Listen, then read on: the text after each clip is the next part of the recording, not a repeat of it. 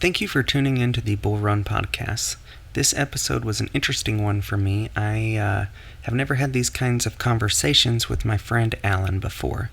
We both acknowledge that we have the capability to have said conversations, but our friendship in the past few years has solely been just experiencing reality together. So there was a little bit of stumbling, but our tool sets really complemented each other. I really enjoyed this one. This is take 2 of it. We had a little bit of trouble on the first day. Alan has a son, and he's a little bit of a hellion, but in the good way. I want one just like him. I think defiant children make the best adults. And so, yeah, I really enjoyed this one. The second thing I would like to mention before I start the podcast is, if you wouldn't mind, please go like and subscribe and do all those things like click the bell icon. And if you know someone, or you are that someone that wants to be on the podcast, comment and let me know, and I'll find a way to message you, and we'll get you on. We'll arrange it, whether it's through a Zoom call if you were during quarantine, or if it's in person and you're reachable. I can travel quite a distance for these. I enjoy them, and I want to make this my living. Thank you again. I hope you enjoy this podcast as much as I did. It was one of my favorite ones to record.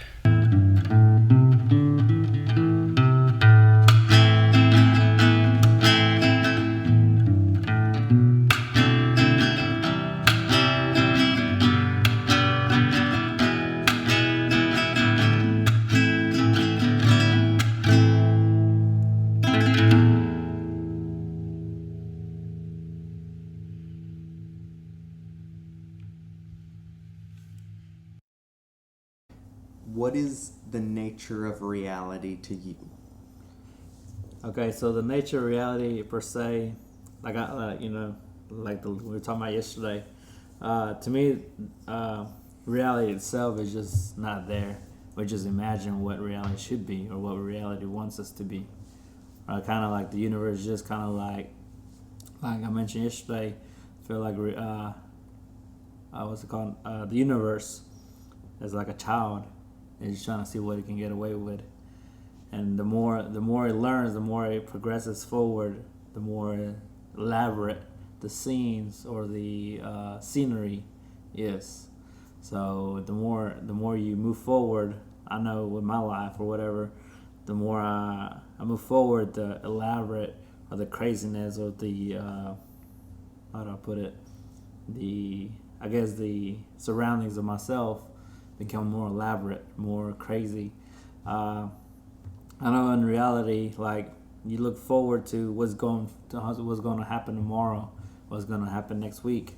But I feel like the more I think about it, the more I should think about just what's going to happen in a couple of minutes, a couple of hours. Because at the end of the day, we don't really know what's going to happen in reality. Mm-hmm. So it's doing nothing but chasing complexity. Correct. That's what it's boiled down to. But it does it through patterns. You would think complexity would be in some form of entropy, where it's, complete randomness. But there are patterns to life, You have basic things like you wake up every day and go to sleep every day. You usually eat around the same times, have your morning crap, Yeah. Whatever. So there are patterns to it, but it likes to throw in some random chaos in there.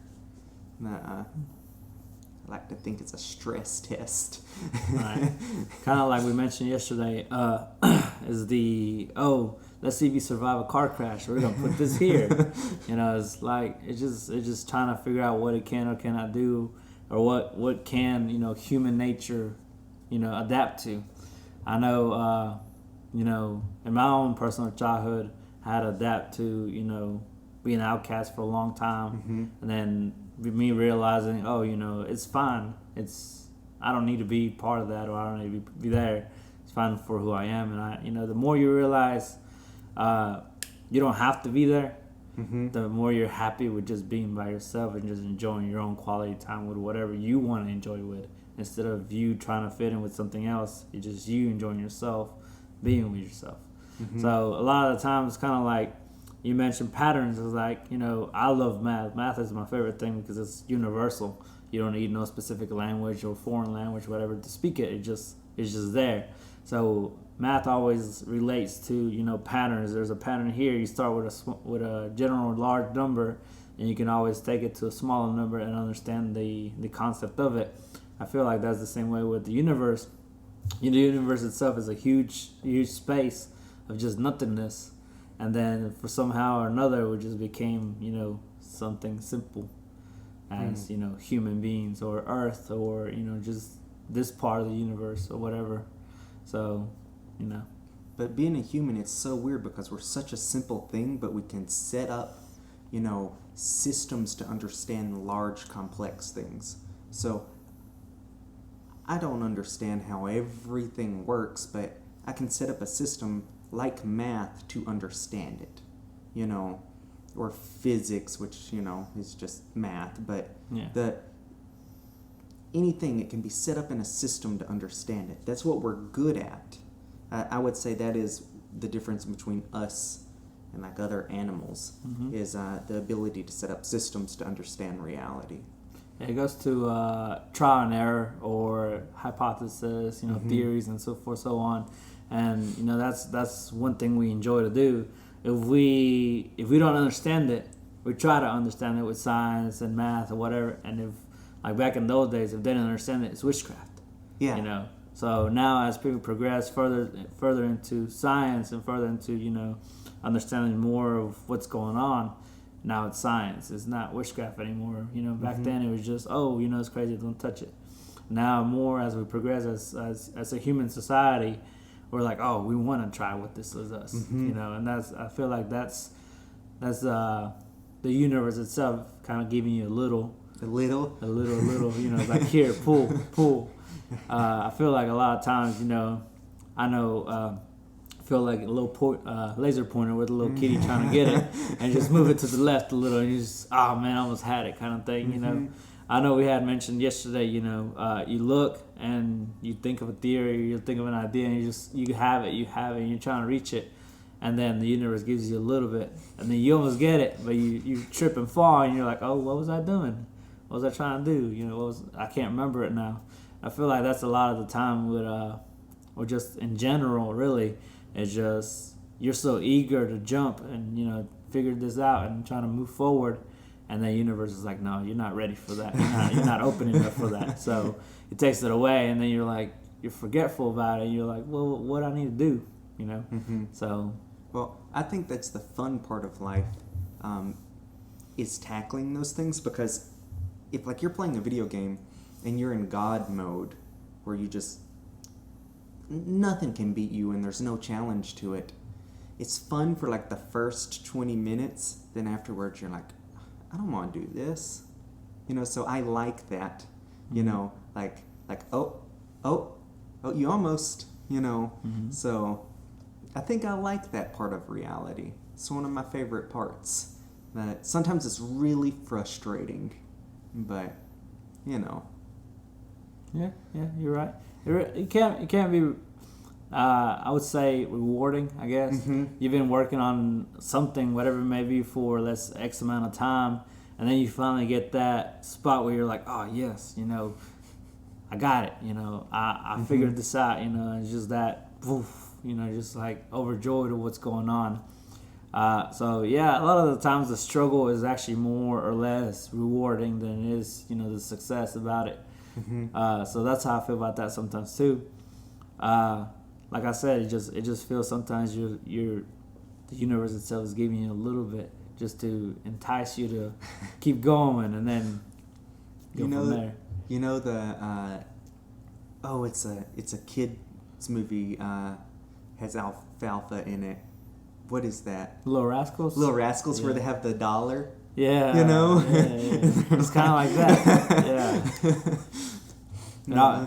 It always reminds me of it's another cartoon actually, of the fat guy chasing the hot dog on the little string above him on the treadmill. And there's a lot of things. Just us as humans, we put big pictures in front of us and we're just trying to chase for it. Mm-hmm. That's how it is. That's how, that's how life as a human is. You want to reach that goal to where you're happy, or you're reaching that happiness, or you're trying to reach for that happiness. A lot of times, it happens when you're younger. A lot of times it happens when you're about to die. So it just really depends on what your happiness or your output of happiness is. So I listen to, and I'm going to get a lot of shit for this, Jordan Peterson a lot. Mm-hmm. And he talks about how chasing happiness is the dumbest thing on the face of the planet. Because if you have just happiness, you don't understand it. You have to know what sadness is to understand joy. And he talks a lot about, the purpose in life is to find fulfillment. And fulfillment is to really try to understand and do something. So yeah. Oh, your phone was doing something there for a second.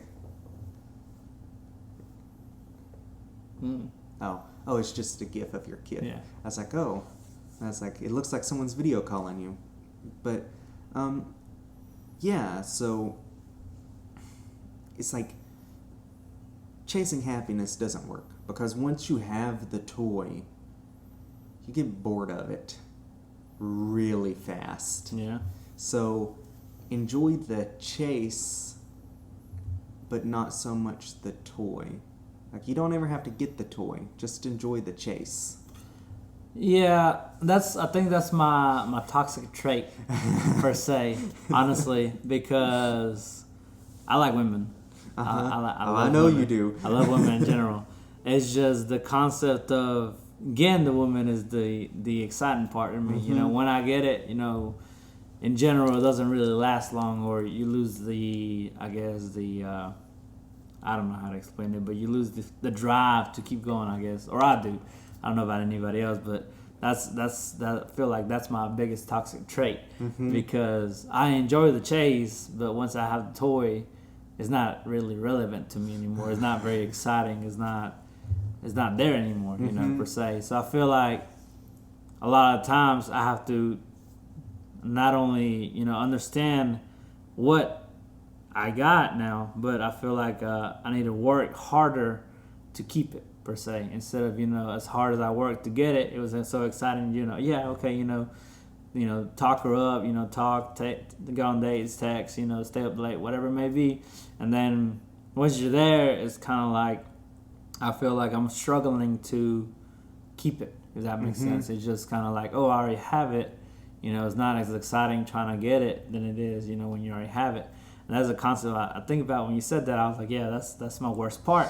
Because, I already have the toy, but now I don't want this toy. Or, now I need some other toy or whatever it may be. And I feel like that's my biggest, I guess, flaw, per se. And I don't know. When it goes back to chasing happiness, I've never really chased happiness, per se. I've more or less just kind of chased thrill. I guess it's another form of happiness, but I've never really just kind of chased happiness. I feel like what I'm working now, or the way I'm working now, will eventually put what I need or what I want later on. So that's my concept on that. It's just never, I'm gonna chase, because I want this car. No, I really don't. I really don't want a car. I really don't need that car. I'm fine with this little, $1,000 car or whatever it may be, because I know if I spend $1,000 now, later on as it progresses, lasts me 5-6 years, whatever it may be, then I can get something later on or whatever that, becomes available. The chasing happiness, whatever, it doesn't really interest me, I guess you could say. It's more chasing the thrill or chasing the excitement. It's kind of like trying to see what I can get away with more than, I'm content and happy. You're the little kid that's trying to slam drawers while people are recording. Right, and that, I feel like that's what makes me laugh a lot, because I see myself in my child a lot. Because, like I said yesterday, that's the hardest part, is not to laugh, because I know that's me. That's some shit I would do. So I'm like, okay, So a lot of times I just let him do whatever he wants to do, as long as it's not hurtful or, it doesn't injure him in any kind of way. So I just watch him and be like, okay, yeah, I will climb that couch and try to jump. Yeah, okay. That's something I would do. Just try to see if I can get away with it.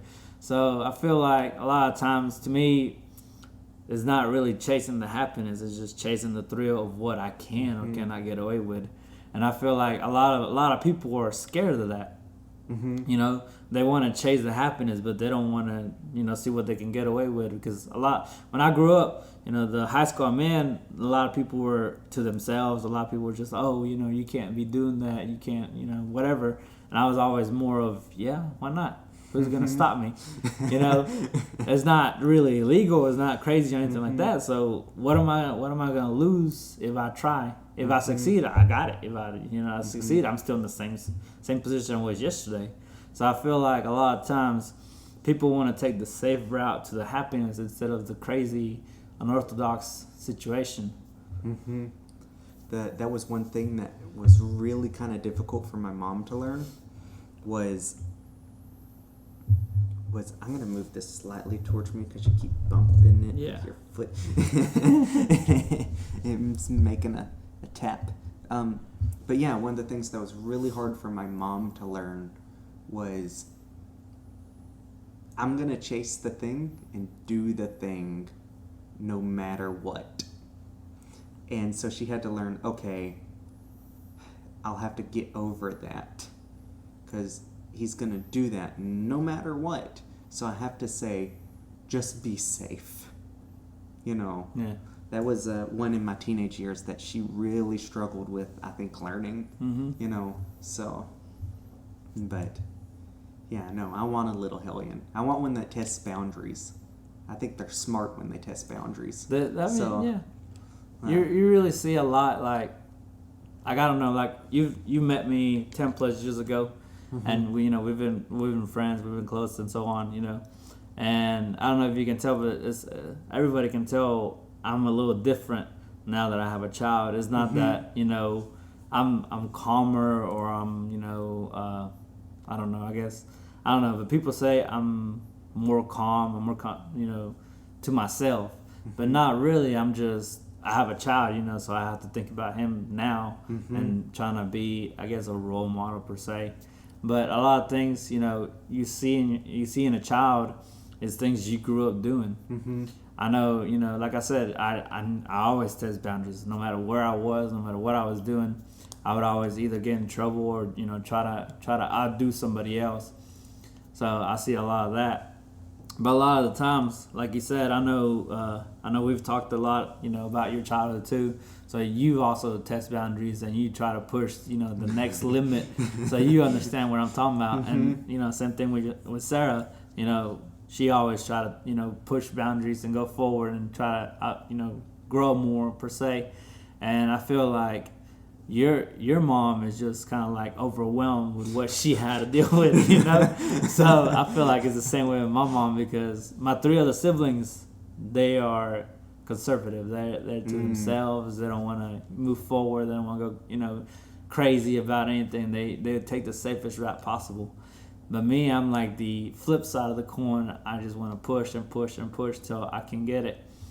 And that's another thing I feel like the universe evens out per se. You know, you get a Hillian, but then you get the peace. You know, so I feel like your mom just kind of got both. Well, if you have just pure peace, I don't think there's anything accomplished. You know, because there's nothing going on in a pure. If there's no tension, there's no drive. So I think you have to have your hellions, and, you know, you can't have a docile society. It needs a little bit. It needs a little bit for everyone to think, you know, like, hey, we shouldn't be just anarchist. But I think a lot of people are too docile, especially more men in the modern era are too docile. And so like we both can, you know, do like stereotypical male things, you know, like wire a house or plumb a house, or, you know, run a chainsaw or do those type of things. And I've met people who are 20 years older than me and have never done anything like that.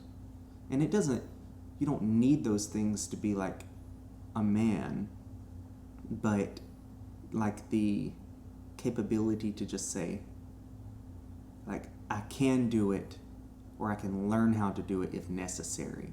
I just don't see that, you know. Yeah, a lot of times where I work, basically, everybody else is older than me. Mm-hmm. I have people, under me that are 20, 30 years plus on me. Mm-hmm. And a lot of times, a normal sawzall or skill saw, they don't know how to use it. They've never used it. They never had to use it. So I always have to not only teach them the basic knowledge of how to use it, but also the safety aspect of it, because if you've never touched something, it can be very dangerous towards yourself. So that's the thing I've learned. It's not that people are losing the manly part of him or the manly part of society. It's just more people are in, I guess entitled or more, I just paid this man to do it because he already knows. People are scared of, I'm going to try to do it, or I can learn how to do it. I think that's what people are more scared of, because they don't want to mess it up, or they don't want to, the failure side of it. That's what people are scared of, the failure part. But failure is important, I think, like a good masculine trait to me is the capability to go, yeah, I might fail, but I'm going to try anyways. Like, like the immediate just, I'll pay someone else to do it. And not because you don't have time or something like that, but because you just don't even understand how to start to tackle the problem. That's a thing that I think we're losing. It's kind of like you'll see it, like handing someone a sawzall or like a chainsaw or something like that, and they'll just like hold it daintily, like barely holding onto it, and you have to go over and you have to be like, no, like grip this. Yeah. Like it's almost like assertiveness, and it doesn't have to be assertiveness as in like just mean. It's just like the thing that you are in control of. Be in control of it. You don't have to be in control of your entire. That leads to toxic masculinity, where you're in control of your entire situation. But the things that you're handling, that are your job and responsibility, be assertive and just have a tight grip. And I feel like that's being lost. I agree. And I didn't know how to word this for the longest time, but I see that disappearing. Well, I feel like, I'm not trying to diss anything or anything, but I feel like technology itself has kind of, moved us from the everyday kind of thing. Because, back in the day, 10, 15 years ago, we didn't have automatic tools. So we had to do everything by hand. So when you do everything by hand, your body has to adapt to you lifting, you moving, you trying to break a bolt, whatever it may be. So now with automatic tools, you lose that extra, I guess, per se, body adaptation. So the more tools you have, the less work you have to do, or the less concept idea you have to think about, how do I fix this? Why? Because there's already a tool for you to fix it. So I feel like the way our minds works, you and I, is more of, can I do it some other way? Instead of just this easy way. Can I go over here and, tweak this up and move it some other way? I feel like that's a lot of things also that people are losing. They take the easy route that's less failure than it is, the concept of thinking outside the box. A lot of times I see at work, they're trying to, whatever it may be, they're trying to, adapt the concept of breaking a bolt, but they can't because it's too tight. Well, you got to think outside the box. Use a forklift. Use something else. Use something that has more manpower that you alone has.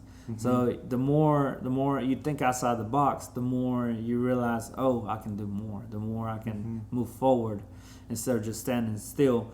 like I mentioned yesterday a little bit, people are more content with just being here instead of just trying to chase the next thing or trying to move for the thrill. And that's my favorite thing. Like I mentioned earlier, just I like chasing the thrill. I don't really like just sitting here and just, okay, I'm content. I got my house, I got my car. I'm good. I don't need nothing else. No, I feel like that's my greedy part because I'm always wanting more. Well, that's been our relationship, our entire friendship. We never have these conversations because we've both went, hey, let's experience reality together. And we've both understood we have the capability to do this because we're going out and experiencing like concerts, good food together, all those type of things. That's been our relationship like forever, and I've known you've had this tool set, to talk about these things for a very long time, but we just never did it because we're like, hey, you're someone else I can chase the thing with. Let's do that and not have, Yeah, to us it's more of a do it than a conversation doing it per se. Like you mentioned, enjoying real good food. I've been to the same restaurant you took me, the hamburger place, whatever. I've been twice already. Oh. So I really like the chipotle sauce and everything, and that's one thing we're really good at. We're just, instead of talking about it, we do it, and that's how we experience our universe. And that goes back to like I said yesterday, the universe is all around us, but people are scared of it. You and I, we're not really scared. We want to enjoy what the universe has to offer. Whatever may be small, whatever may be big, we try to enjoy every aspect of it as much as we can. Because a lot of times, you and I are busy, you're traveling, we're out, work, or, whatever it may be. So every once in a while, we just get together and just experience the life we can. So I feel, like I said, a lot of people are just content with just sitting where they are instead of, oh, I can do this, or I can work towards this, or I can, move here, move there, and just enjoy this situation for the meanwhile. Well, I see people like I like to watch a good show every now and then, but I don't understand how someone can every day do that all day. I have one or two people on my Facebook that are unemployed, and that's all they do. And I'm like, how are you a constant consumer of media? Like how do you just let your body sit there all day? I have to go out and do things. That's the reason I mushroom hunt, because I can't do that. That's the reason I travel. I can't find contentment in being still in the same situation forever, Like, am I missing something? Can they are they so absorbed into that media that they're in that other world? Yeah. Sometimes I feel the same way. Sometimes I feel like I need to move, but sometimes I'm just so, like me, I like to binge watch anime. If I can get away with a day of just not doing nothing, that's probably what I'll be doing. And I've watched 3 or 4 seasons of one anime in one single night, or just because I can't sleep. But a lot of times I can't just sit still. I have to do something. I have to learn something else, or move forward. Like the other day, I had an off day, but there was nothing else to do, so I just went and bought some mobile home skirting and put a skirting together. I didn't know how to do it, but just by reading a piece of paper and looking at a video, I did it. Just because I can, or I'm gonna try to do it. And I feel like that's the same thing you're saying. And people would just rather just sit and watch something, or sit and just be still. But we can't. We have to constantly keep moving, constantly keep learning. And I feel like that's the drive we have, because it's just who we are. We just can't. We're not content to who we are right now. We have to keep growing to who we're going to become tomorrow. I just cannot understand the contentment. Like, I don't understand that, how people do that every day. You know, I just don't. I don't either. There's a man that I work with. His name is Anthony, and he's been there 20 years, right? He's been there 20 years, and he's been doing the same exact job for 20 years. So I talked to him one day. I was like, hey, why don't you apply for a supervisor? Why don't you apply for a lead man, foreman, whatever it may be? Why don't you, just transfer to another department, maintenance, blending, whatever it may be. He said, no, I'm content where I'm at. I make what I make because I am here. I was like, yeah, but don't you want to learn or move forward or, make more money? He's like, no, I don't. I just want to be here. And that from that day forward, I just thought, that's not what I want to be. I don't want to work in the same place 20 years and not learn maintenance, learn, welding, learn something, whatever it may be. I just feel like some people are just set in that mindset of, oh, I'm okay. I don't need more. I don't want more. I'm just okay with this. They're comfortable. And I guess I just cannot be comfortable. I don't know how to. It's both a curse and a blessing, I think. Yeah. Like, it makes me stubborn because I'm that kid that's testing the boundaries. I'm like, how far can I push this thing? But it also means that by pushing the thing, I'll be able to achieve, more. Yeah. All right. So, towards, even though that was universe talk, towards like what you physically think the universe is. Is it a computer? Is it literally a child's dream? What do you think it physically is? Well, physically the universe is. Well, like I mentioned yesterday, I feel like a lot, society itself has dictated what the universe is in multiple different ways. For instance, the Matrix. Matrix is a big concept that a lot of people believe in. Actually, we're just a lot of people hooked up to machines that give energy to other machines. A lot of concept is like we're just dreaming. We're all just a big dream. We're a big simulator, and we're just dictating. Like we talked yesterday, I feel like the universe just runs simulations of everything. And when we do deja vu, you died or you didn't reach the goal in that simulation, so you came back to whatever point you were in. It's kind of like a video game, you have a checkpoint, so you move forward and then you fall off the cliff, so you can return to that checkpoint and you start over. And that's how I feel like deja vu works, and because you remember being in this situation, you remember sitting here talking to me or whatever it may be, and you're like, oh, okay, well, I've already been here, so I kind of know what's going to happen a little bit. It's the same thing with dreams. I feel like reality doesn't really apply to dreams because dream itself is just whatever it is your mind wonders about. Like I mentioned yesterday, like I could glance at that rock, for just 1 second and not think nothing about it. But in my dream, I may dream about that rock more, how it formed or how it happened, or, me exploring whatever it may be, and I found that rock. Whatever it may be, I myself don't really understand, that little rock right now.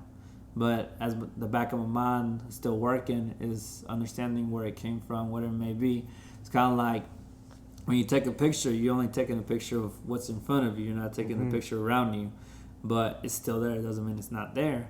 So instead of zooming in that one the one thing, you want to look at the wide lens kind of aspect of what's around you. And I feel like that's what universe doesn't really allow us a lot to do, because we're just so focused on that one thing we're trying to reach or we're trying to get to. We don't really get to see what's around us. We're just kind of narrow vision kind of thing. A lot of times, like, I don't really I don't really understand what is reality or what is what is actually real, what is not. Because a lot of times I feel like the more I try to understand reality, the less I understand about reality. You know what I mean? Yeah. So the more I think about, is this really who I am right now? Is this really who, is this me? Or is this just, the concept of me? It's like the idea of looking at yourself in the mirror. When you look at yourself in the mirror, you don't see what everybody else sees. You see the aspect of what you want to see, what you see in your mentality. So, for instance, I may look at myself in the mirror and I think, I'm kind of short. But to other people, I'm average or whatever it may be, It's just the concept idea of what you view yourself as in the mirror is not what anybody else sees in the mirror. So I feel like, in general, the universe itself is just what you see, is not what everybody else sees. It's just the concept of, this is my universe, this is his universe, and that's how we relate to a lot of things. And a lot of times, for example, you and I, our universes, touch, and we enjoy each other. We move forward. We do adventures, whatever. And a lot of times we realize, we may have lived separate lives, but at the same time they kind of similar. Similar aspects in life, similar memories, or similar experiences. So I feel like a lot of times the universe itself gives cookie cutter ideas to a general life, and the aspect of someone's how do I say this, personality is how it guides or how it moves around. Because the concept is we know we live and we know we're gonna die. That's certain. It's just the middle story that we get to narrate, or someone's already written for us. And like I said, let's say I was gonna come here, something came up, the narrator didn't like me coming here, so we're gonna move over there. And same thing that's going on in the world right now. Like I like to make jokes about it because it feels like it's just a big old anime story. Oh, it does. Especially, since the beginning of the year. Beginning of the year, we started with World War III. That was the big concept for the first literally 30-something days of this 2020 year. So, I mean, it was just like, and then it just disappeared. The whole concept idea disappeared in the media, disappeared in just people in general. But it's still there. It doesn't mean it disappeared. The concept's still there. There's still war going on. There's still, agitation. There's still conflict.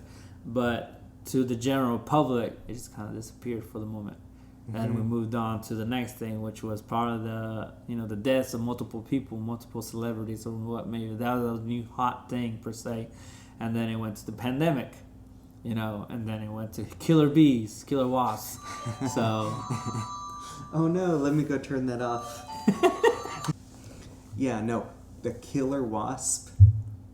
It's murder hornets. Okay. Murder hornets. Yeah, that was the thing.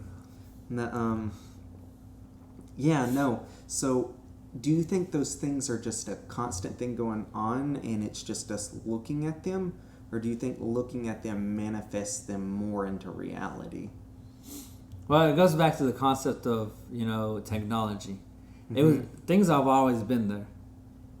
Now we have the technology to share it. Before it was just, we read it on a newspaper. We heard it, mouth to mouth. But now we have the concept of sharing everything. That's what society is now, just sharing whatever it is we may be. I know I've seen videos of just people just sharing what they eat. And that's intriguing to a lot of people. That's intriguing to me sometimes, just to watch somebody cook something. But I feel like the concept of what's going on has always been there. There's always been killer hornets somewhere. There's always been huge ass hornets somewhere, but we didn't know about it. Or I didn't know about it, But there's always been there. So I feel like the idea of just us seeing it now is what influences the scaredness or the fearness of that's there, And like I said, I joke all the time about this is just a long anime that people are just, like you get in first season is real good, everything's okay, the storyline is top notch, and then just when you get to 7th season, you're like just adding shit in there just to spice it up. So I feel like we're in the final seasons of just Earth, the anime, whatever. So I feel like people are just throwing shit in there. We're gonna throw some Killer Hornets in there for the days, see how that goes. Is side arc, whatever it may be.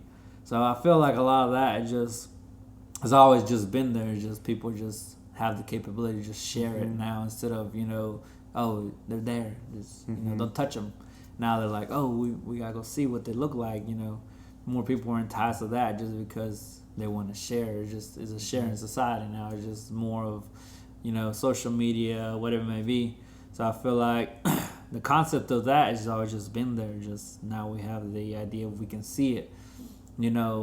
I'm sitting here in this area in Blount County, but I can see what's going on in Thailand. Just with a simple click. So I feel like that's the thing that we're at now. Is just we can see what's going on instead of being there. Without being there.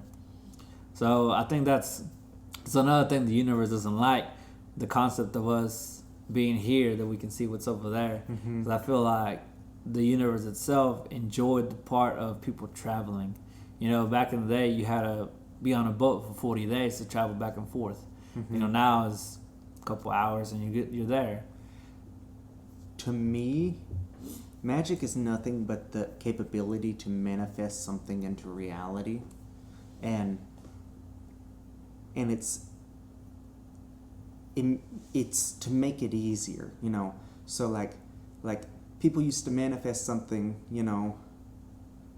and it would take months to build the thing. But technology, I think, leads to faster manifestation. And so I think this thing leads to some sort of world that's almost just magical. Eventually, I'll be able to put on the VR headset and imagine anything I want, and it's in front of me. That's indistinguishable from magic to me. Completely. The capability to manifest something. Right, it goes back to just, and like I said before, it was just witchcraft. You can't touch it, don't touch it. Touch it.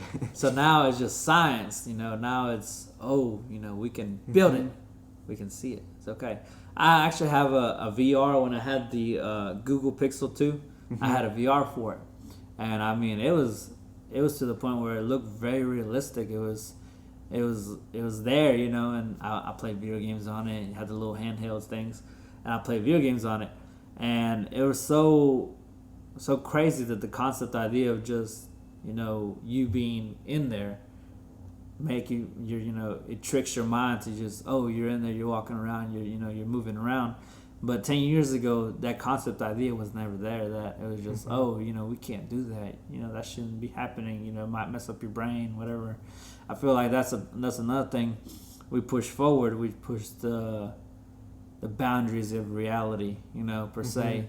See now, the crazy idea of the VR porn, I guess you could say, is there, and I read an article the other day about it. It just, people think they're gonna sway away from reality and the concept of human touch, and because people don't like reality in general, it goes back to the people don't like in rejection, so they would rather just sit at home and I guess VR, whatever it is they want to and manifest or whatever they want to see, instead of going out and trying to experience the situation on their own. So I feel like a lot of the times also we hold ourselves back from reality or what we can experience because of what we're scared of, what we're fear of, whatever it may be. So concept of technology is just huge because it not only pushed us, to experience what once was witchcraft or what once was, a no or not okay, to the we can move forward, we can keep going. It goes back to the Elon Musk, trying to sell everybody flamethrowers, and he has X amount of money. It's crazy. He's not one of the persons that I'm gonna keep it to myself.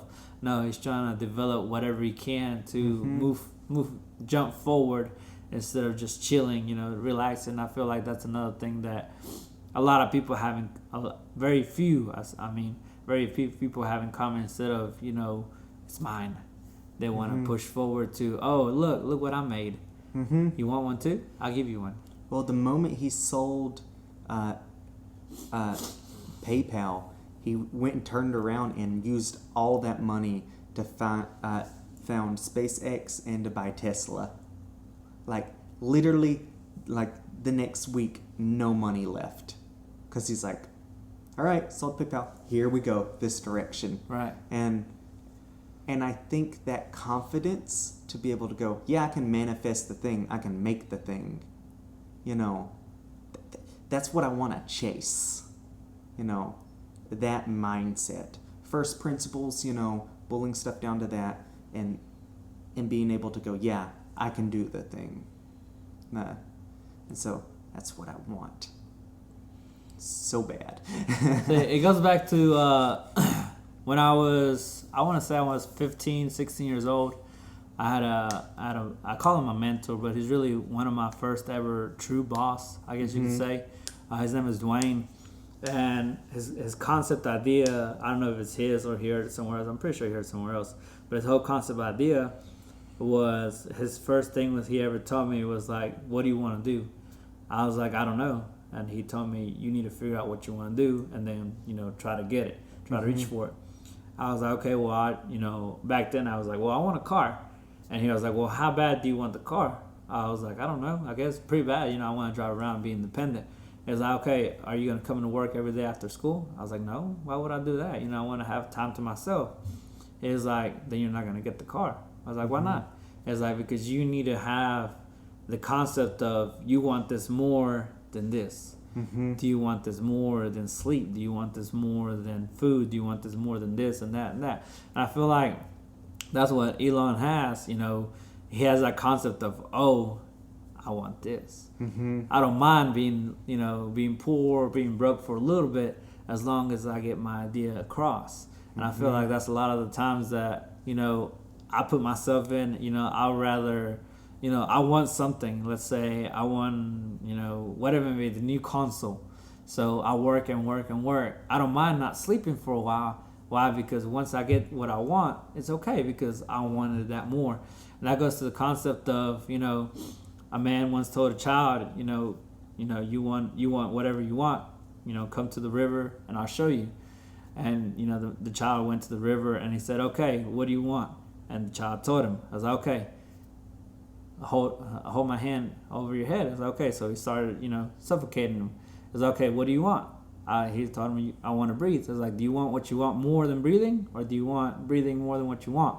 And he said, oh, okay. I understand now. You have to have that mentality. You want that thing, or you want that dream. You want that concept of whatever it may be, more than something else. That's what a lot of things, a lot of the things, like, it goes back to what I was saying. A lot of people are just scared of failure. I feel like scared of, they're happy with being content. They're okay with being content. They don't want to do extra. And that's what makes me laugh about all the articles I read about, his whole story or whatever, how he progressed, from small to big, it just so rapidly and so crazy. And then I was reading about the new Tesla, a while back, factory he put in China. Nobody ever heard about, a foreign electric company going to China, but he popped up, and now he's actually competing with Chinese, electric cars. And they were talking about that was the craziness, how he's overrunning, Chinese manufacturers there. And he in a interview about 10-15 years ago, he had already had that vision where he would go to China and present his idea. So I feel like, we as humans, I guess, if we don't have that concept of, big picture, or, picture in our heads, or vision, or, manifestation in our heads of what we want, we never reach it. So like, if I want to ask you about a thing that, do you think this and that is just the next stage in like evolution, because like if you look at the human brain, you know, the outer cortex is the newest part, and it's the largest part pretty much of the brain right now, and it's pushed as creatures get more intelligent, they push the lizard brain to a smaller and smaller section in the back of the brain. And is this just another layer to our brain that's gonna take over for a sense? And what we are now will be pushed smaller and further away. So like Elon's doing the neural net. I don't know if you've seen that. Like, is that the next step to be able to manifest and bring the things that are in our minds into reality? Are we going to do that? I don't feel like us, as like you and I, are going to do that, but I feel like in a generation or two, we will definitely reach that concept of, you know, like he's trying to do, just record everything, every memory, every concept, every vision, everything we see.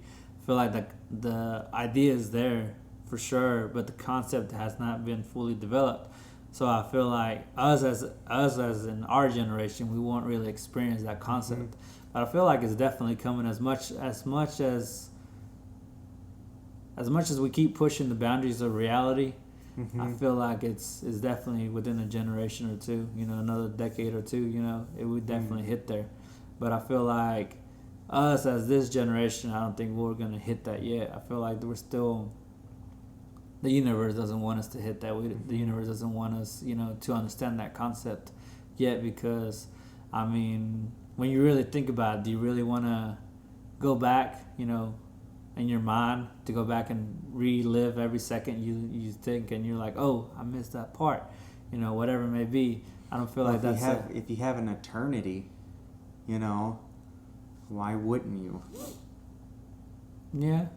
You know, because like, let's say I get it done, you know, at the latter part of my life, and that thing is able to record its brain scan, you know, it captures that memory, and it's able to kind of the simulation put together my earlier memories, so like right now. And later on in my life, after I've uploaded my brain into the matrix kind of thing, and I've experienced, you know, playing God mode for however long I wanted, wouldn't it be nostalgic to go back and replay the things I've done and forget what I am until I get to that point again? Yeah, it'd be crazy. It would really be crazy. But see, a lot of times I feel like once you lose who you are now, if you go back and replay the concept, because you would see it in a different way, or you would not only lose the like, for instance, my biggest, I like to call it my biggest turnaround per se, is when I almost died. I'm very allergic to wasps, and I got stung, and I passed out for like, I think they said 25 minutes. I just passed out. So that was my like turning point. I feel like if I went back and re-seen that and I seen it in a different aspect, a different thought, it would definitely change who I am now, or who I became, you know, because I feel like before then I viewed life as just life. It's just random, you know. But then after that, I view life as, oh, I need to reach, you know, I need to do more than what I was doing. I need to do more aspects. I need to learn more. I need to keep moving forward and just being content. So I feel like if I went back and re-seen that, you know, and I was still alive, I was still moving, whatever, and I seen that, it would definitely change my understanding of what I learned that day, you know. So I feel like a lot of times we're not ready for that, because not only would it change your mindset, or would, you know, it would really shatter a lot of minds of what their reality is per se. But yeah, it would be cool. I mean, I guess re-see me learning something, or re-see myself, you know. But you would be experiencing it. You wouldn't necessarily be re-seeing. You wouldn't be watching from third person. You would be fully immersed in experiencing it. And then as the technology increases, there's more processing power. So over time, you would be able to add more and more detail. So every time you replayed it, you could add more and more detail. Imagine, well, Spyro is a horrible example of this because the new Spyro, the detail just disturbs me. But, it's kind of like, think about, games as a kid. You're like, and in your head, it's so much detail. And then you go back and you play it and you're like, oh, there was like none. And so like rebuilding the game with more and more detail every time. So there's more meaning to existence in that one. Yeah. When you do that with your life? Sometimes. Like I said, I've had some very traumatic moments in my life. And I'm okay. Where they're at. I'm okay where they're at. Me too. But and that's the thing, like, I'm okay where they're at because I am who I am now. But I don't know about reliving or re-seeing everything, That's the thing that people aren't ready, because I know I'm not ready to just relive what I went through, X amount of years ago. But I'm okay with just reliving certain spots, kind of like my child being born. I would like to relive that instead of being... When he was born, I was really scared. I was in a mindset of I was impure. I didn't want to touch him because, he's purity. He's born. I'm going to ruin him. Right. He ain't shit yet. He ain't done shit. I'm the one that, fucked up my life and did that and did this and whatever. I don't want to touch him because, he's pure. Now, if I could relive that and have more enjoyment of, oh, it's my child, yeah, it would be something very, very, very vivid and very, very wonderful, actually.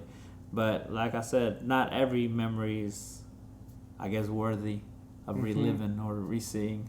So I feel like I would have to pick and choose. It would be great now that I think about it more. It would be amazing, but it would definitely have to be like per chapter. But we kind of do that as we age. Anyways, you think about the good stuff. Like you do think about the bad things, but an example is like my stepdad passing. I think about that a lot. And it influenced me who I am as a person. But as I've aged, it's become number. It's not okay, but it's more numb. And the good memories I had are more important. And so you naturally do that as you age, where it's like the important things in life become more important. You don't care about the other shit as much. You're just glad you got to experience it. At least for me, that's what's happened. I went from, being mad at the world to going, you know what, I'm glad I got to experience it because that's better than no experience at all. So that's a thing that's just progressively changed as I've aged. Have you ever wondered how, or have you ever questioned how you become so numb to certain things? Yeah. I'm like, why am I okay with that? Okay, I just thought it was myself because a lot of times I'm like, like a year ago this would have hurt me a lot, but now I'm just like, it is what it is kind of thing. Yeah. It's like, it sounds awful, but as I've aged, in terms of relationship stuff, when I was a teenager, if someone was like, we're done, oh man, it was the end of the world. And now I'm like, that's sad. I'm really, really sad about this, but I've lived through this before. I'll be okay. I'll come out on the other end, Yeah. And it really sucks. It does. But, Do you think that's the universe kind of like softening your mindset of what's really reality? Maybe it's encasing me in a trap, and it's like no, enjoy being here, stay in the simulation. And so I'm like but the trap, if we are in a simulation, the trap is very beautiful, the painting is very, very beautiful, and I don't know if it's a bad thing to not want to escape it, like, why wouldn't you look at something beautiful? Right. As long as you're enjoying it, why wouldn't you do it? It doesn't matter, But yeah, no, I think about that a lot. I thought about it the other day, a while back, because I mean, to me, when I'm dating somebody or being with somebody, they're like, "Oh, what would you do without me?" I'll probably be doing the same shit I was doing before you. So I don't know what you mean. They're like, "Oh, are you gonna be like that?" I was like, "No, I've been here before. I'm gonna be here again. You know, I was who I was before I met you. I'm pretty sure I'm gonna be who I was after. Yeah, there might be some time lapse where I'm like hurt, don't want to be nowhere, whatever it may be. But at the end of the day, I'm still gonna be who I want to be or who I'm supposed to be. Whether you're here or not. And I feel like that's the concept of my idea, where I just become numb to the situation of pain or the situation of being injured or being heartbroken, whatever it may be. And sometimes I'm like, damn, is that really who I am? Just numb to the situation that that are fucked up in my life. It's just like, oh, okay, it happened. It happened. Yeah, it happened. That's literally how he's saying things sometimes. It just happened. Sorry. It just happened. So I feel like that's the worst part for me, because it's just like, okay, we move forward, and I feel like the universe itself is just like, it's okay. There's more. There's more. Don't you worry. Okay, I'm gonna tell. I have a sleep paralysis demon. His name is Wilson. Oh shit! I've had him since I was a child, and when I was a child, he used to scare the living shit out of me. The whole like, what a sleep paralysis demon is supposed to do. Right. Like he'd like run his claws along my legs, and it would like cut open my legs, and like just like he felt like an elephant sitting on my chest, and that I couldn't escape him. And I still experience him, but I've become so numb to the scare tactics he uses that I'm like I can't move or anything, but I think I'm like, oh, there's Wilson, and he'll try his thing, and then he gets sad about it. He'll like sit in the other side of the room and look at me and be like, I can't torture you anymore because you're numb to it. I'm like, yeah, Wilson, I know. Yeah, I'm fully aware. I was like, oh, this is depression. I don't know you. It's okay. We'll be hanging out for a little bit. It's okay. Come on. That's how I feel sometimes too. It's just like, shit, we've already been in the situation. We already know we can move forward from it. So it's like, oh, okay. It's okay. Come on. Let's hang out for a little bit. It's okay. Yeah. Again, I like to think a lot of times one of the thought trains I go on is that I'm an AI being built, and those bad things that are happening to me are stress tests. And the less stressed I am to them, the better version of an AI I am. So on the other side, they've been running me through the same test, kind of. It's the same situations. The bad shit that happens to you are the same problems over and over. Just in different forms, the same problem. Right. And so I'm like, this repeats. That part of life does. That's weird. And so I go, this is just a stress test. And when I'm having deja vu or something, that version of me freaked out, and they go, oh, this AI would destroy existence. Right. Let's sit back here and start from this, reset point. This reset point. Yeah. And I'm like, man, is that what's going on? And am I a thing being built, by another thing, just so that I can like either replace it, or because that's a thing that I think about. I'm like, am I heading towards? It's like, is humanity a thing being built that's heading towards godhood, so that God can be like, thank God I don't have to do this anymore. Y'all handle the problem. Goodbye. Is that a thing that's going on? Like, am I a thing being built? Because sometimes it feels like it, where the patterns repeat. It's very strange. I've thought about that before, and just like, and then I'm like, oh, what if I do this differently than last simulator? Okay, I'm being stressed, so okay, what if I just sit here and see what happens? And then you get that deja vu feel where you've been in situations, so like, okay, so the simulator didn't like sitting here, so let's move over there, kind of concept, yeah.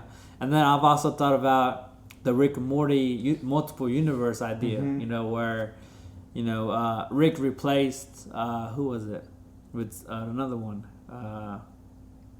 dang, I don't remember who what I don't remember, but he replaced this person with somebody from another universe and just brought it here because the other one died. So we're just gonna replace it. You know, I feel like that's the same concept. I feel like sometimes we may die, so it has to be put back because without this specific person, the other people would be in shocked, kind of thing. So, and it wasn't our time per se. So that's another concept too of deja vu. You know, we've already lived it, we've already experienced it, so we got put in a situation to where see if we can do better than last simulation. Do better than last simulation. Right. Have you seen the episode with the death crystal from Rick and Morty? Yeah. That's all that is. Morty's in a constant state of deja vu, where he's following the deja vu to the best outcome. like I don't know if that's the answer there, because I do that where I have deja vu. I'll go, all right. I'll look back and say, what is the pattern things going on right now? What is the thing that's repeating? I straight up do that because that's been a thing that's happened my entire life, and I go, why was I reset? And I'm like, okay, what's the thing? What's the thing that's either, because a lot of times in the earlier parts of my life, deja vu happened right before something really bad happened, you know? But as I've aged, it's happened more for just like random, like I'm reaching for a fry to dip it into some ketchup or something, and I'll be like, not that fry? Okay, this one. Let's try this one. But when I was a kid, it happened for stuff like car accidents. You know, it's like, oh, I know what's about to happen here. I don't think I could change this outcome. So we deal with it however we deal with it. Yeah. Yep. I know exactly what you mean. I've had that concept idea before too, where it's just like, I wonder if I can change the outcome of this one. Do something different. Okay, I'm gonna do this instead of this. Yeah, I've done that before. And like I said, a lot of times when I'm at work, I'm just like, I've never done this before. I wonder how I'm gonna do it. But somehow I know how to do it. It just comes to me. So I'm like, damn, the universe just put me here. You know, gave me somebody else's memories for the moment, so I know how to do this. Like, oh, you look. Your other person failed last time. Let's see if you can do it. Here's a little hint. You know, it's like, you can do it. We got you. It straight up to me feels like machine learning, where it's like let's make 1,000 versions, and they all do the same task, and the one that does the best task wins. And then we make 1,000 copy of it and do it again. Yeah. I'm like, Like, are they wanting me to solve the simulation? How to get out? Because I feel like I've done that before, and then they're like, oh no, he's out, delete. And I'm like, there's a video, XRB1, and he does one about AIs being like built, you know, and how it like, they end the world, and it's a great video. You should go watch it. He also talked about levels in intelligence and that we're just cats and we don't understand reality because cats don't like understand TV, but there's something else bigger just watching us because we're entertainment for it. Right. You know? That's how I feel sometimes too. We're just here for somebody else. Somebody else's entertainment. Yep. It tickles me that you don't do any recreational substances, and you have these concepts I've only gotten from people that, you know, really have done recreational substances. That was one of the things where when we became friends, that I was like, I like this dude because he's able to access that thing without having to do these other things. So I'm like, yeah. And so I've liked that. You know? I always wondered, like, how would I be if I did some substance? Like, would it really open my mind up, or would I be one of those persons that's just scared of who I really would be? You know what I mean? Like, I could go either way. It could either explode my mind to reality, or just have me scared in the corner about reality. You know, so I don't know. maybe later on when I'm older, Mm-hmm. I'll probably try to enjoy it, but it just never called my name. I have seen people freak the fuck out. So an ex of mine, he it replayed a very traumatic part of his life, and just like it, and it was kind of like the substance was like, you are not okay with this, so you know what we're gonna do? We're gonna relive this part until you become okay with that horrible thing that happened to you. You don't have to be like, you can still be mad about it, but you have to learn to accept it. Right. That's all that reality is to me, is just learning to accept the things that have happened to you. And man, he did not want to accept it. and it was rough. And I was sitting there, I was like, ooh, this is rough. Right. So I think that's the concept I guess in fear of, per se, of who I really like. I'm very wide open in my mind, you know. I'm very understanding of what's really happening or what's not happening, and I'm very how did I get put? I don't know how I got put before, but I really liked it. It was just concept of a sponge. I like to learn. I like to take in everything, and I understand what I'm learning. So I feel like I have a very wide lens of my universe. So I feel like if I took, you know, whatever may be a concept, you know, of anything, would my wide lens expand for that period of time, or would my wide lens expand to a point to where I'm scared of what I'm actually learning?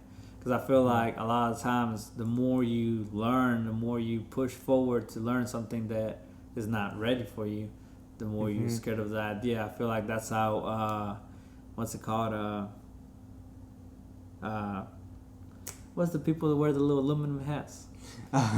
Conspiracy theorists? Conspiracy theorists. I feel like that's the concept people become too, because they, not only do they find something they're not supposed to at that time, but they keep digging, and they're like, oh shit, you know, now they're watching me, you know, the kind of idea. I feel like that's well, they are watching you, right. So that's right. Like I'll be fucking talking about some popcorn, and then I'll be looking at fucking popcorn on Instagram. Like, what the hell? Here's the thing, though. I don't care that they're watching me, so I'm like, yeah, I know I'm being watched. You having some fun watching me? Like, what would you do if they replied yes? I'd be, oh, I've gotten the yes. You gotten the yes? Yeah, I've gotten the yes. Oh. I've gotten the yes on substances. I had a moment where I felt like I was waking up on a game show, and they were like, all right, here's Spencer, you know, version this. Wasn't his reality cool? And I was like, yeah. And I'm like, now I'm in the real reality. I'm out. Thank God. And they're like, all right, it's time to go back now. We're bored with you being here, so we have to watch you there. Right. You know, and I'm like, wait. I can keep you entertained here. Nope. Yeah. Straight up a game show. I don't know if you've ever read any Kurt Vonnegut. There's these time aliens in it. Pretty sure that's what I met. And I was like, what is this? Dang, that's crazy. But I think substances, in particular hallucinogenics, has two effects on people. And I don't want to say that it's directly correlated to whether or not the person is intelligent or not, but that's what I'm going to say. Right? If someone is naturally built to tear apart and kind of figure out the universe, I think that makes them more intelligent, because then they're given new tool sets to play with. All right? So it's like giving, you or me lasers to cut things with. We can understand that.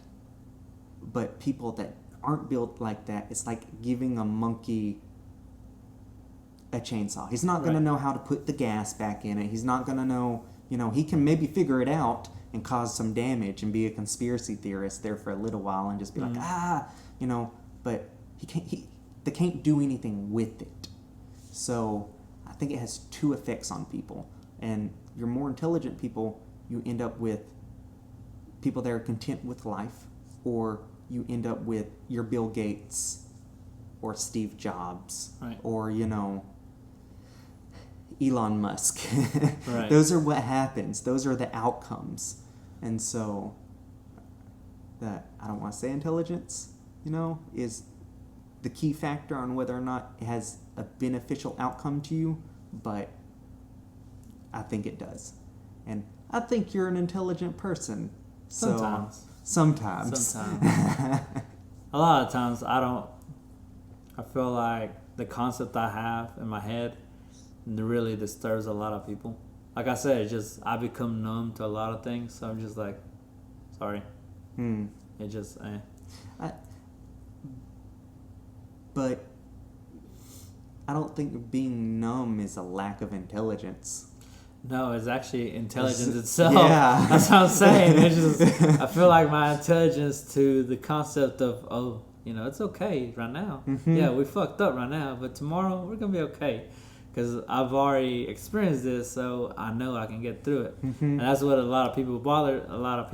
bothers so much, because I'm like, yeah, okay. And that's what a lot of women get hurt from, because I'm like, what are you going to do without me? Same shit I was doing before you. Yeah. It's not really going to change whether you're with me or not. It's just, like I explained to somebody, I know what I bring to the table. I ate at the table without you.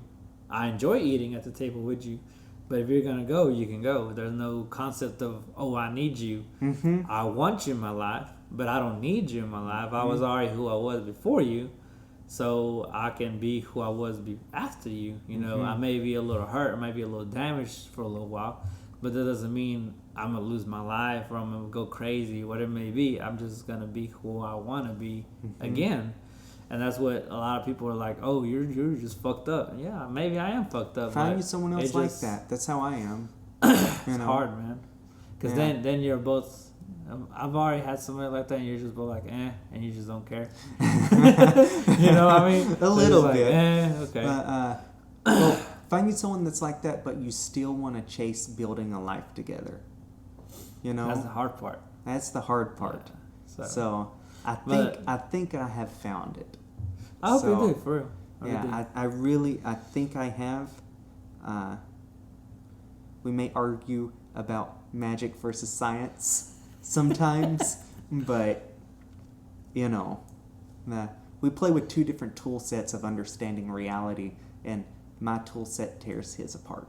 So, Yeah, trying to argue about reality when you're trying to argue with somebody else about reality doesn't really work, because a lot of times you have different point of views in reality. Mm-hmm. But the person I'm more stubborn, so I'm gonna tell you my theory is better. So I think I think. Yep.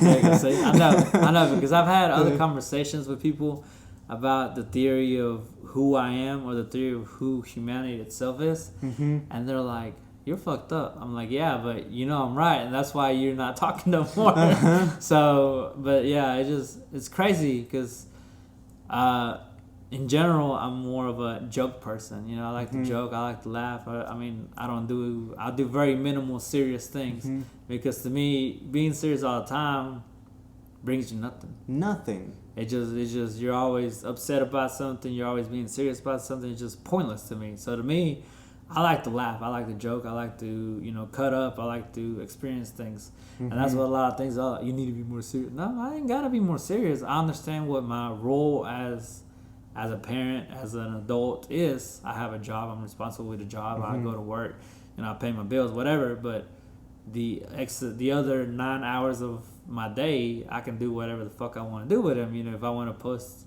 a meme that may be offensive to you, but if you joke to somebody else, then I'm gonna do that, because it makes me laugh. That's all that really matters at the end of the day. It makes me laugh. So that's a lot what I deal with sometimes, because especially my last ex, they were like, "Oh, why do you always think it's a joke?" I don't always think it's a joke. I just make it a joke because it's my safe mechanism per se. If you're gonna say mean things to me, I'm gonna make a joke about it, because it's who I am. I'm not trying to be hurt. I'm not trying to feel whatever it is you're trying to hurt me with. make a joke about it. If you feel like it's not okay, then I'm sorry, but I'm gonna make it to the point where I'm okay. Mm-hmm. You know, it's me. You know, it's not you. If you're not okay, I'm sorry. You gotta fix. You gotta work with yourself and be okay with yourself before you can be okay with somebody else. You know what I mean? I think that is the good type of selfishness. You know, like when I tell people, you know, you have to be a little bit selfish in reality, and they're like, selfishness is a horrible thing. I'm like, no, it's not, because when you can put yourself first, you're able to understand, I wouldn't like that, so I'm not going to do that to another person. Right. It's kind of the golden rule. People don't realize that selfishness in that sense is the golden rule, you know, and if you're serious all the time and everything is so just so serious, there's no fun in it, you know, at all.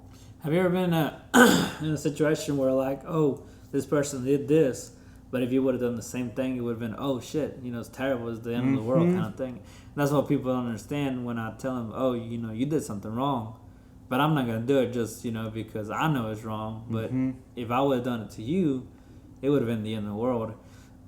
So I feel like that's where I guess my knowledge per se on psychology and trying to read books about psychology, I feel like the more you understand the human mind, the human brain itself, the emotional part, I feel like the less you get hurt about things, because you're like, oh, I understand why you're trying to hurt me, because you're hurt from this situation.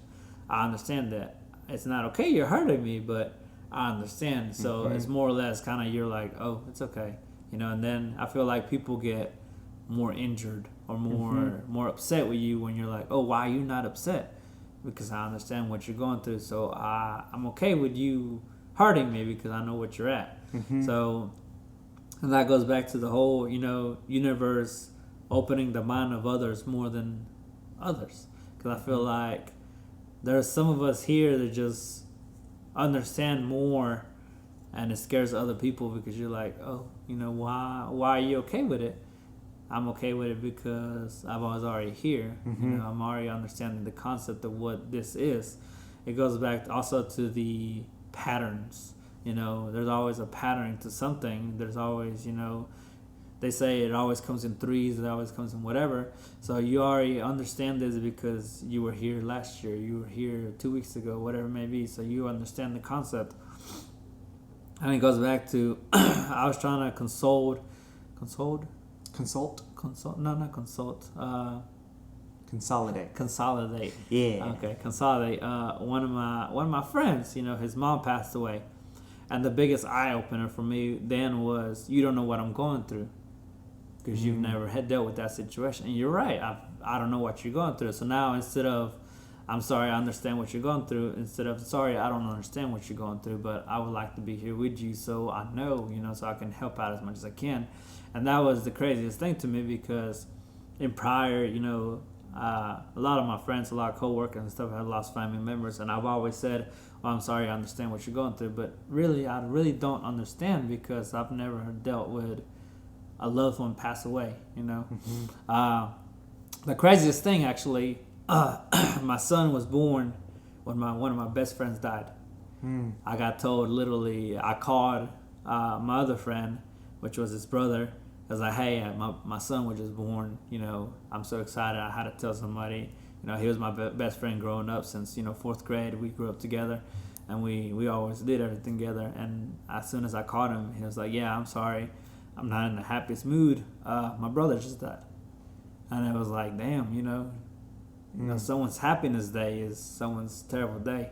And I've never, that's the thing now with me, I'm just like, I try to understand what reality is in a sense, because that day I was just in my own reality. You know, I didn't care about nobody else's. I was like, you know, this is my child, this is happy, I'm here.